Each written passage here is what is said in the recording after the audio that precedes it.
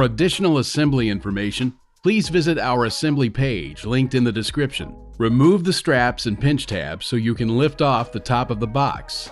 Remove all parts and tools. Parts include pedals, charger, front fender. We recommend keeping the box for the first 30 days. Tools needed: 2 through 10 mm hex wrench, 2 13-15 mm wrenches, 1 8-10 mm wrench. Cut the zip ties to remove the packing materials.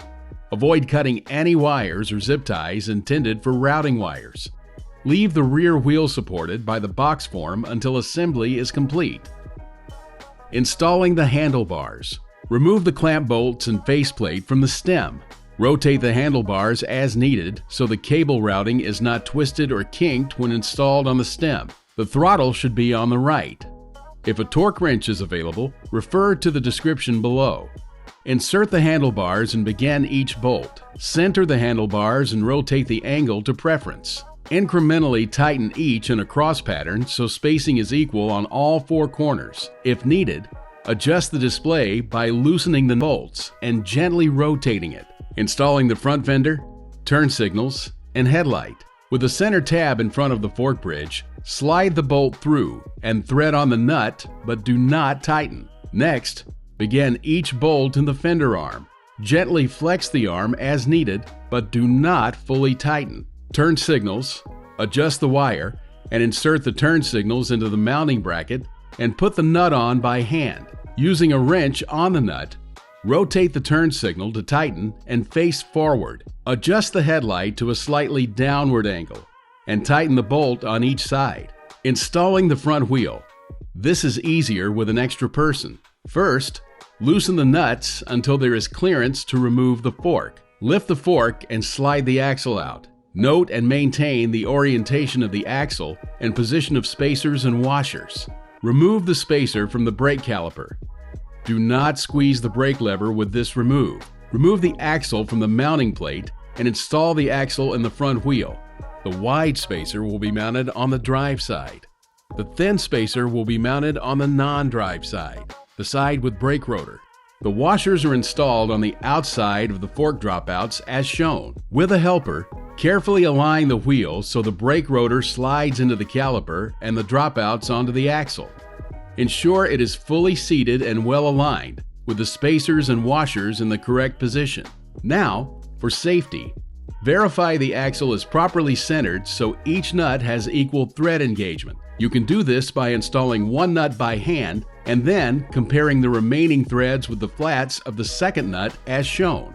Once it is properly centered, install the second nut by hand so that axle stays centered. Finally, use 2 wrenches, one on each side, to make sure both are properly tightened. For torque specification, please refer to the assembly page in the description. Now we can adjust the fender at each location and tighten the bolts. Next, the pedals are labeled L and R at the end of the threads. Begin each pedal by hand. Thread the right pedal into the right crank arm clockwise. The left pedal is reverse threaded. Thread it into the left crank counterclockwise. Finish tightening with a narrow 15 mm wrench. Inflating the tires. Minimum and maximum PSI is shown on the sidewall of the tires. Use a PSI gauge when inflating. On to the final steps. Adjusting the brake calipers. Spin the front and rear wheel. Inspect the clearance between the pads for space. A quick adjustment can be made by loosening the 2 caliper bolts, squeezing the brake lever, and then carefully tightening them. Brake adjustment is often needed after assembly. For detailed steps, see the assembly page and description. Make sure your chain is not sagging. For more info on adjusting the tensioner, see the assembly page and description. Adjust your kickstand. Simply loosen the nuts slightly, adjust the length, then tighten the bolt again. Removing your battery. Make sure the battery switch is in the 0 position before removing and during charging. Insert key and turn to unlock. Remove the key. Slide the battery towards the back of the bike and lift out with both hands. Installing the battery, set it on the mount and slide it forward. Insert key, turning clockwise to lock, and remove the key. Verify the battery is locked before operating. Always close and seal the charge port when not charging. To turn on the bike, Make sure the battery switch is in the 1 position. Then press and hold the power button 2 to 3 seconds. The throttle is now active. Tap the power button to turn the lights on and off. Press the plus and minus button to increase and decrease your pedal assist level. Press and hold the M button. Then press the plus button to switch between miles per hour and kilometers per hour. On the right, we have controls for high and low beam, turn signals, and horn.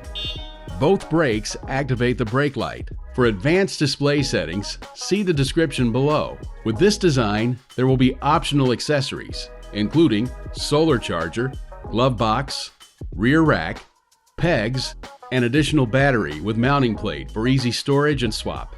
Now, it is best to make any final adjustments to dial in your preferred riding position. Make sure everything is properly tightened and secured before your first ride. Thanks for watching this overview of the REV1 assembly.